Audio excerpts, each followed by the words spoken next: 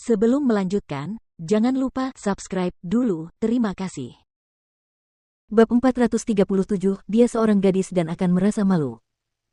Baiklah, aku akan bicara dengan Seng Xiao.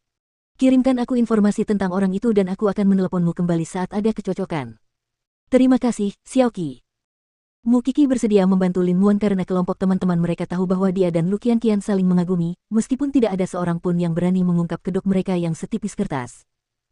Meskipun Lin Muan dulunya genit dan suka bicara manis, dia telah berubah dan tidak pernah menoleh ke belakang.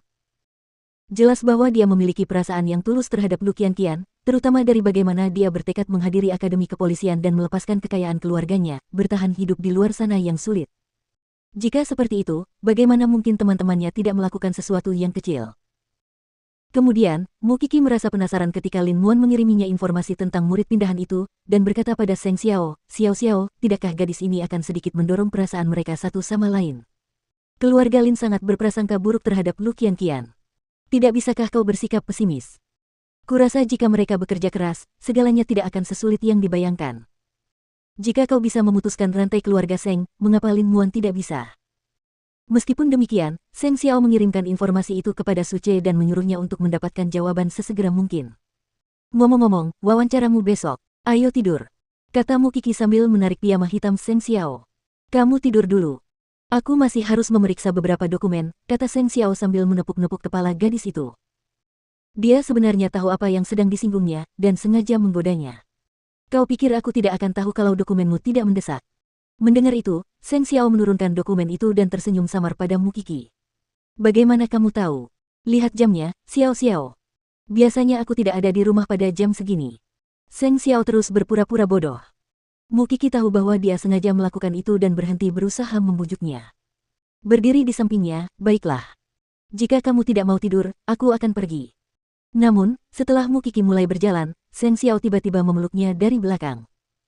Gadis kecil, apakah sesulit itu untuk mengatakan bahwa kamu menginginkannya secara langsung? Saya seorang gadis. Saya selalu merasa malu. Seng Xiao segera membalikkan tubuhnya dan dengan cepat menanggalkan pakaiannya, bentuk tubuh anak kecilnya terus membaik dan terasa nyaman saat disentuh. Seolah-olah kita sudah menikah lama sekali. Apa yang perlu dipermalukan? Seng Xiao membaringkannya di tempat tidur, lalu menekankan tangannya tinggi-tinggi di atas kepalanya. Mu Qi menatap dada kokoh pria itu dengan kaku, tetapi wajahnya memerah karena refleks.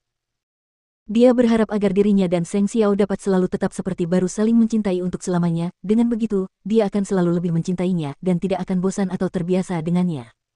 Aku berangkat besok, tapi aku benar-benar ingin mengajakmu. Itulah sebabnya Mu Qi berkata sebelum dia tertidur. Setidaknya, Seng Xiao mengerti bahwa anak kecilnya tidak ingin berpisah dengannya. Keesokan harinya, keluarga Seng masih berunding dengan mitra mereka, sama sekali tidak menyadari bahwa Seng Xiao akan menerima wawancara eksklusif, bertindak seolah-olah kebangkitan Zongteng adalah berkat usaha Huang Yao. Semua mitra mereka memuji Old Seng, bahwa ia telah mendidik beberapa cucu yang mengagumkan, bahwa keluarganya telah berkembang lebih jauh dari sekadar kerajaan berlian. Mereka bahkan mengira bahwa konglomerat mereka akan tumbuh lebih jauh dan memiliki masa depan yang lebih cerah di depan mereka. Orang tua itu masih membenci Seng Xiao beberapa hari yang lalu, dan sekarang mulai memperlakukannya seperti biasa, sisi tercelanya tidak pernah berubah sedikit pun. Dan sekarang, para jurnalis dari majalah keuangan telah tiba di ruang tamu Zongteng.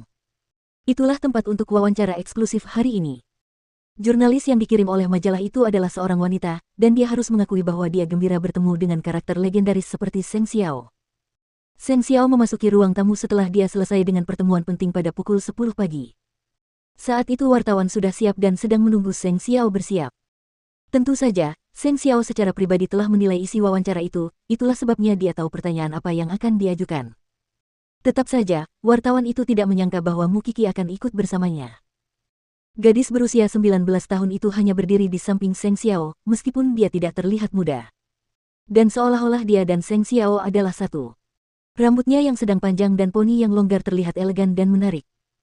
Dan kemudian ada tato di telinganya, kabarnya itu adalah nama Seng Xiao. Kepala Seng, kita bisa mulai. Mendengar perkataannya, Mu Qi melepaskan tangan Seng Xiao dan berjalan di belakang juru kamera. Lagi pula, dia juga ingin melihat sisi paling keren dari Xiao. Senang sekali Anda telah menyetujui undangan majalah kami, Tuan Seng Xiao, CEO Zongteng. Kisah-kisah tentang Anda dianggap legendaris, dan semua orang ingin tahu tentang apa yang telah Anda lakukan dalam 6 bulan terakhir, dan bagaimana Anda dapat mengangkat perusahaan yang tidak dikenal ke tingkat yang tinggi dalam waktu yang singkat. Bisakah Anda berbagi dengan kami pemikiran Anda selama 6 bulan terakhir? Seng Xiao tersenyum mendengar pertanyaan itu sebelum menjawab, ayah mertua saya sebenarnya adalah orang yang mengusulkan Zongteng. Dialah yang bertanya apakah saya tertarik bekerja di industri militer, dan tidak seorang pun dari kami yang ragu ketika kami langsung bertindak atas ide itu. Tidak seperti apa yang dipikirkan semua orang selama 6 bulan itu, saya tidak menganggur, saya sibuk meninjau produk, bertemu klien, sama seperti saya menghadapi masalah yang sama yang mengganggu setiap administrator biasa. Saya juga percaya bahwa kebangkitan Zongteng bergantung pada waktu. Masih ada ruang di negara ini, dan visi ayah mertua saya unik, ia melihat peluang di sana, itulah sebabnya Zongteng dapat berkembang pesat tanpa banyak tekanan. Penyebutan Shen Jianchuan yang terus-menerus oleh Seng Xiao hanya memiliki satu maksud. Pendirian Zongteng tidak ada hubungannya sama sekali dengan Huang Yao atau keluarga Seng, karena Shen Jianchuan adalah orang yang mengusulkan perusahaan tersebut sejak awal. Apakah ayah mertua Anda atau keluarga Shen terlibat dalam pengembangan Zongteng? Keluarga Shen telah mendukung saya selama ini, menawarkan saya perlindungan ketika orang lain menyebarkan kebohongan tentang saya, sehingga saya tidak perlu terlalu khawatir saat saya berusaha sekuat tenaga. Saya sangat berterima kasih kepada mereka. Lalu, apa yang paling berkesan bagimu setelah meninggalkan Huang Yao ke Zongteng? Apa yang paling kamu rasakan?